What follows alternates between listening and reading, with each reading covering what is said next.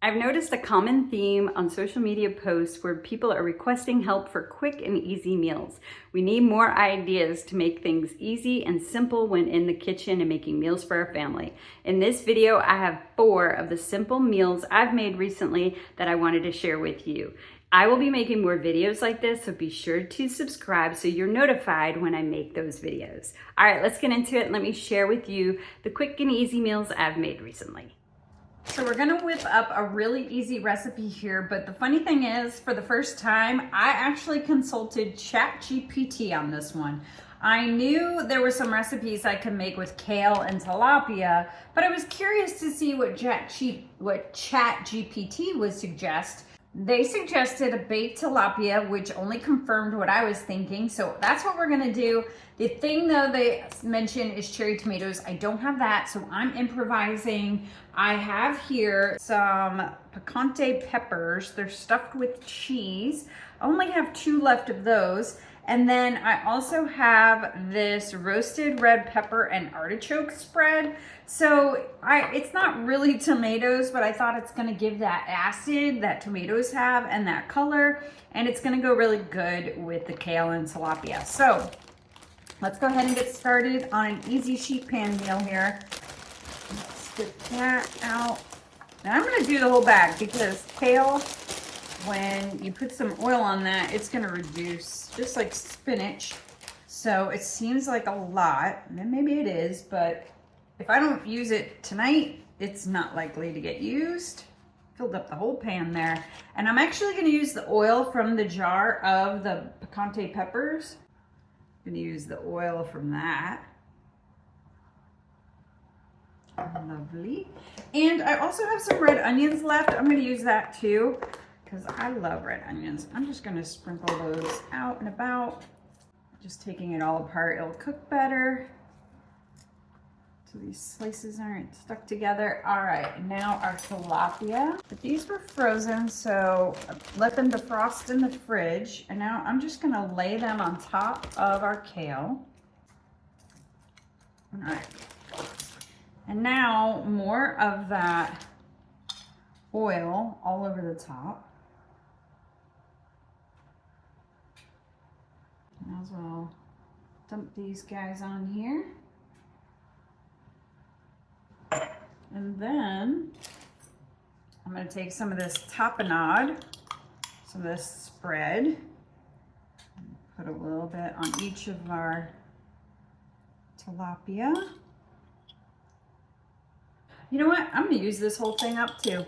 Sometimes I save things and it doesn't make sense. It just goes bad. If you got it, use it. And the last thing I'm going to add is some Parmesan cheese. Had this in the freezer. We buy it in bulk and then we freeze half of it. I improvised when it came with the substitution for the tomatoes, and that's what I like to do. I like to use up what I have, just kind of go with it. Hopefully that inspires you to kind of go with what you have.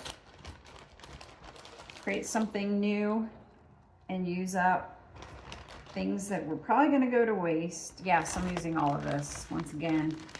You know what we need is maybe just a sprinkle of salt on these. I don't know how that tapenade is, but kale could be a little bitter, so I'm going to try to get some salt just on my kale.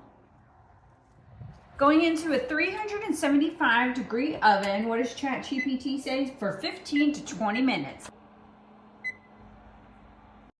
After about 18 minutes, everything was cooked and smelling so delicious. And as I mentioned, the kale just totally, it was so full and it just reduced down. Look at that, a perfect bite with that tomato artichoke kind of tapenade with the kale and the oil on there and the Parmesan cheese. Oh my. All right, let's make some plates. Serve this up to the fam, see what they think.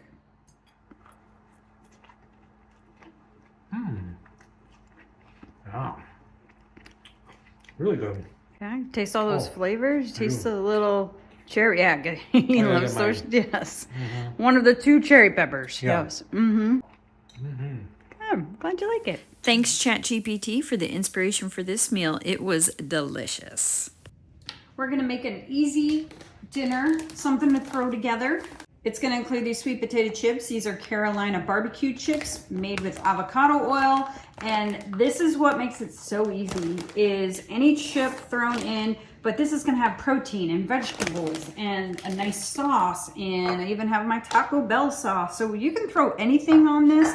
This is also a use up what you got kind of thing. I have some sour cream left over. I have some olives left over.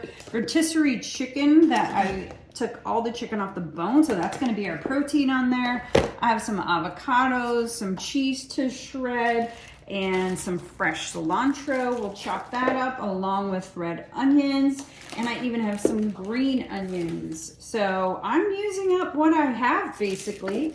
So these are all the makings of great nachos. They are also great for salad. If you had a head of lettuce, you could do the same thing. Put it in your trifle dish or something with a clear edge so people could see those layers and all the goodness that they're about to have. People love to eat a salad if they see all the ingredients and the colors. I don't know what it is about a trifle dish and a salad, but that works for my family every time. But we're gonna get the simple prep together, dump it on our nachos, let that cheese melt. That's all there is to it. Here's another tip to make things easy. I just take pieces of parchment paper, and instead of taking a bowl and dirtying up another dish, I just need this off my cutting board. So I'm not gonna put it in a bowl just to then dump it on the nachos. I'm just gonna slide this over here to the side, and then I can just throw that piece of parchment paper away. That makes cleanup a breeze, because one of the things about making a meal easy is thinking about those dishes too. After a little bit of chopping and shredding, it's now time to make our nachos. So easy, just dump the entire bag of the sweet potato chips onto a platter. This one can go into the oven, so get an oven-proof platter. I put my little cup in the middle because that's what I'm gonna put my sauce, my salsa in. And now I just add all my ingredients, starting with my chicken that's already cooked. And I have my shredded cheese. This is Colby Jack cheese. You can use any cheese you have. A nice pepper jack cheese would go really well with a little kick, a little bit of heat. And I have some red onions that I chopped. So those are my red onions. And then also the green onions, which are great for a little bit of color. I also had some olives, so I sliced those up and put those on top now. And this is ready to go into the oven. 350 degrees for about 10 minutes, just until that cheese is melted. While our nachos are heating, I'm gonna make some lime crema. You know how the liquid forms sometimes in the sour cream? I'm gonna leave it because that's gonna help thin out my sour cream here. And I'm also gonna add some lime juice. So we're gonna add that. I have just enough to use the whole container, saving another dish. So we're just gonna do it all right in here. And then I'll dollop it on top of the nachos. Let's add some salt.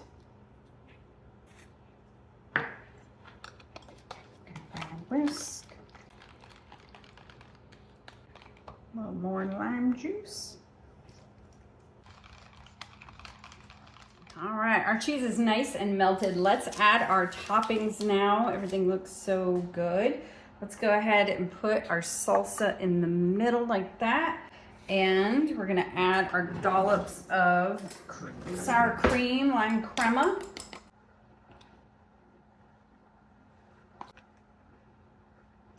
Add our avocados. Could also make this into guac, but I wanted more of a chunky nacho going on, and I wanted to see more of the color. All right, and let's give it a cilantro sprinkle everywhere. And if you wanted to, a little Taco Bell sauce drizzle. Oh yeah, okay, that looks amazing. My family loved this so much, as did I. It was gone in no time. Our next recipe is an easy dump and go crock pot meal with our chicken thighs, a whole package of boneless, skinless chicken thighs. And we're going to add 1 can of enchilada sauce, 10 ounces. Cover our chicken thighs with that. Then a little seasoning. We have some garlic powder and some cumin.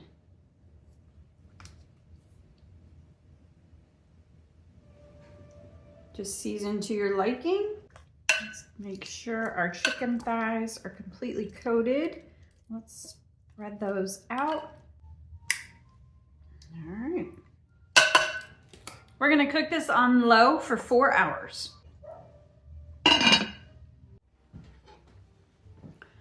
took our meat out and I shredded all the chicken. This actually cooked in 2 hours on low.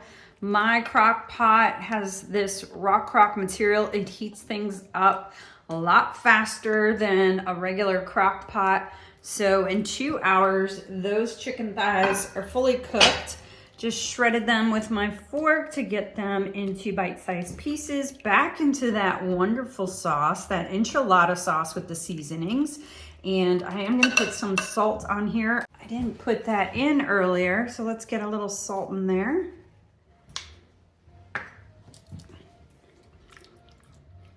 All right, this is gonna be perfect on cauliflower rice or regular rice, whatever you'd like.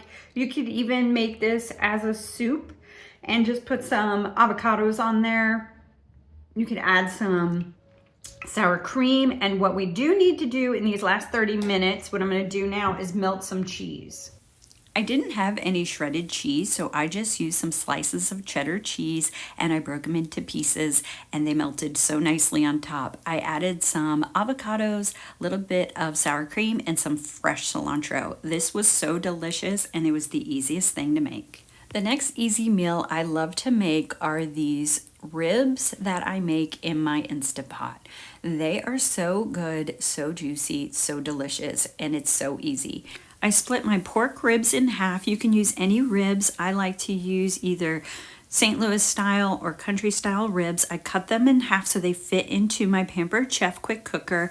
And then before I put them in there, I sprinkle them with Cavender seasoning. This is my favorite. And then I put it into the quick cooker with 1 cup of beef broth at the bottom. I then put it on the pork setting, and that's all there is to it. It just does its thing. And when it comes out, I add a little more Cavenders, and then I'll add some barbecue sauce on top. And then the last step is to get it under the broiler for caramelization of that sauce. All those sugars make a nice crisp crust, and it just tastes so good. This step is optional, but I really like doing it because it adds all that flavor. So into the broiler, so 500 degrees, 550 for 5 minutes, just enough. Keep an eye on it so it doesn't burn. And then I take it out. It smells so good, and these are amazing. I love how easy this is, and I pair it with some air fried asparagus and also just store-bought coleslaw. It's the perfect meal and so easy to make. Family absolutely loves this.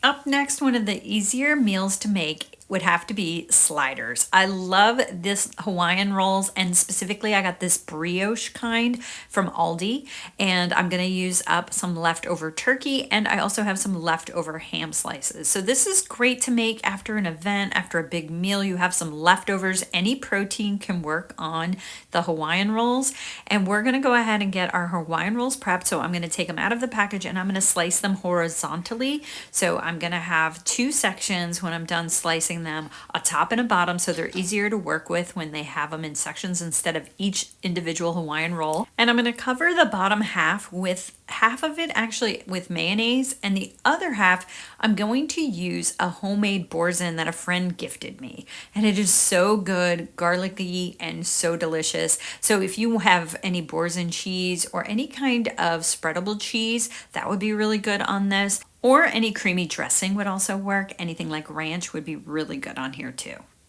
Now that we have our sauce, our mayonnaise, and our boursin, let's go ahead and add our meat here.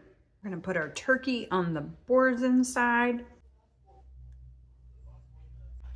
We'll do ham on the mayo side. Put our tops of our rolls back on here. And now I have butter, minced onions, and Dijon mustard. I'm gonna melt in the microwave. That's 2 tablespoons of butter, and then we'll spread that all on top. All right, before we cover our tops with the butter mixture, let's add a nice layer of pesto. This is gonna add some brightness and a nice punch of flavor with that basil on there. That's gonna be so good.